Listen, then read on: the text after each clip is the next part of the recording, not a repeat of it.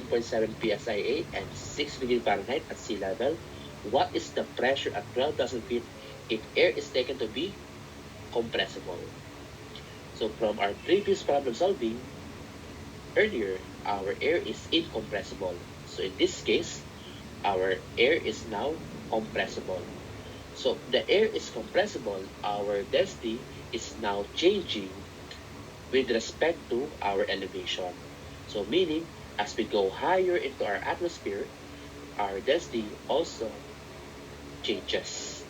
So for pressure at any elevation, if air is compressible, our derived formula for there is P2, the pressure at a higher elevation, is equal to P1, the pressure at sea level, times E raised to negative GH over RT, where G is the gravitational acceleration, H is our altitude, R is the gas constant of our fluid, in this case air, and T is the absolute temperature at sea level.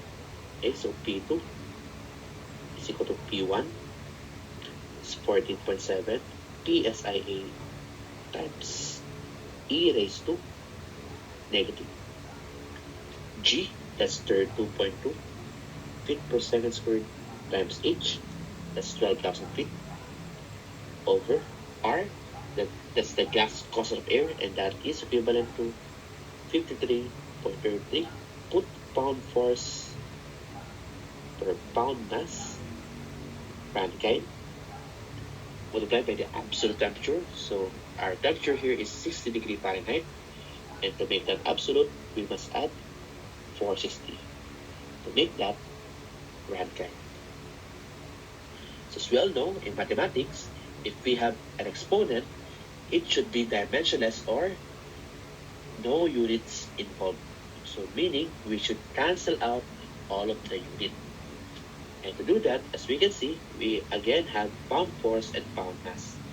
If that is the situation, there's also an involved conversion factor, and that's equivalent to 1 pound force is equal to 32.2 pound mass feet per second squared. We can cancel out pound force. I can cancel out pound mass as well as feet per second squared. Another feet is cancelled as well as Rankine. And as you can see, no unit remaining in our exponent. What is our P2 or the pressure at 12,000 feet elevation? The answer is 9.537 psi. Work done per unit charge when charges move from one point to another. The answer is potential difference.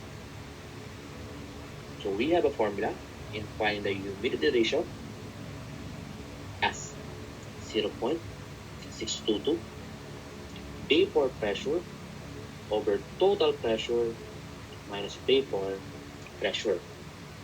We already have our total pressure, which is 101 kilopascal. Meaning, to be able to solve the humidity ratio, we must find the QP. And that can be done by using the value of the density. Because in an air-vapor mixture, the density is equivalent to the pressure of air, which is the difference of the total and vapor pressure all over the gas constant of air and the absolute temperature of air. So for the density of air, it is given, Pt is given, gas constant is a constant, and for the absolute temperature, we have 35 degrees Celsius. We just need to convert this into Kelvin, meaning we can solve our PV. Okay, let's solve first the vapor pressure. Rho of air is 1.08. It's equivalent to Pt minus PV all over gas constant times our absolute temperature, 35 plus 273. What is our vapor pressure? The answer is 5.53 kilo Pascal. And for the humidity ratio, it is equivalent to 0.622 PV over PT minus PV. What is our humidity ratio? The answer is 0.036 kilograms of water vapor per kilograms of dry air. What amount of air is required in a low bypass factor? The answer is... Okay, so as we can see, our inlet is 60 and our outlet temperature is 90 degrees Fahrenheit. So there is an increase in temperature. Therefore, this coil is a heating coil. And for heating coils, the bypass factor formula is coil temperature minus outlet temperature all over coil temperature minus inlet temperature. Okay?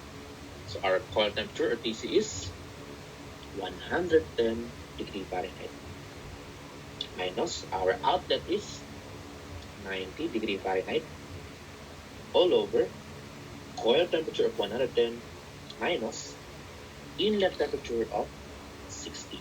What is the bypass factor?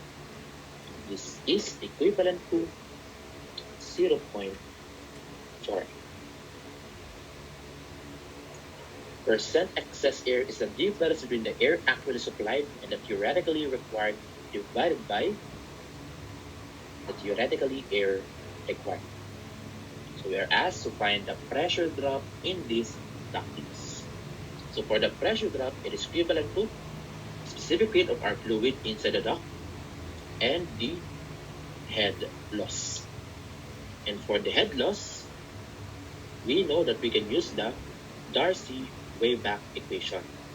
Okay, for the Darcy-Weisbach equation, the head loss is FLV squared all over 2GD. So let's use two formulas.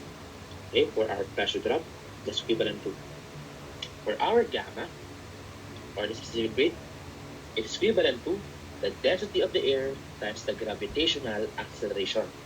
So we have here the density, that is 1.1644 kilograms per cubic meter times 9.81 meter per second squared. That is our specific weight, multiplied by our pressure head loss, which is this whole equation.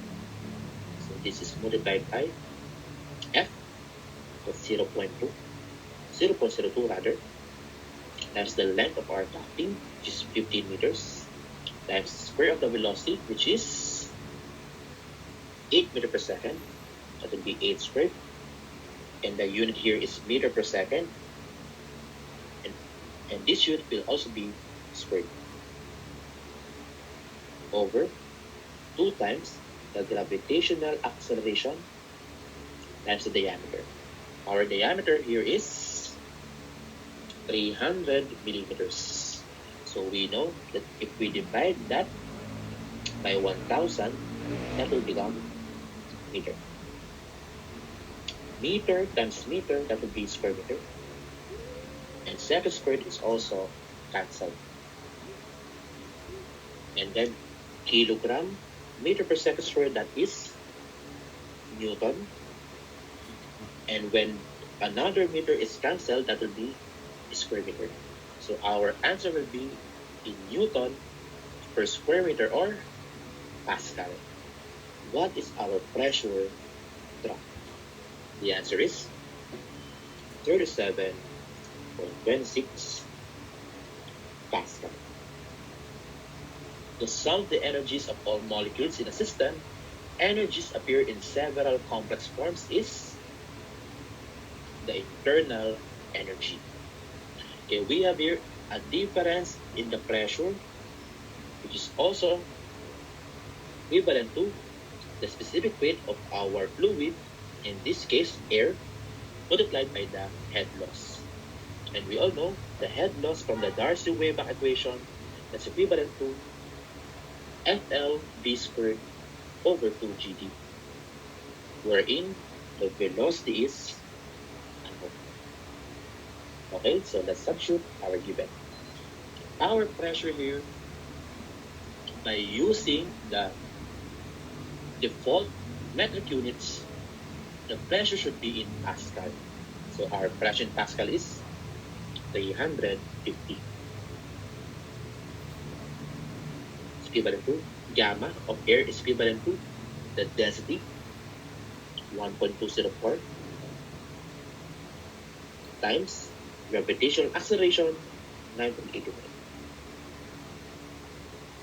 That's our gamma, and our head loss is equivalent to F, that's 0.016 times L, the length,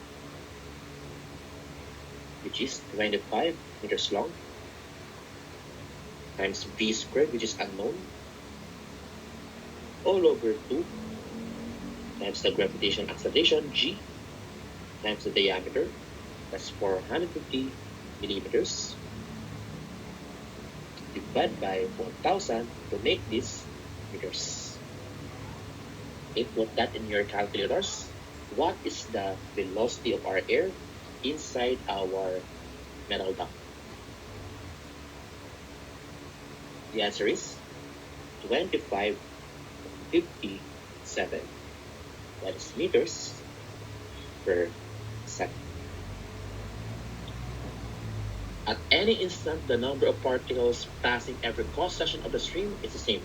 The flow is said to be continuous.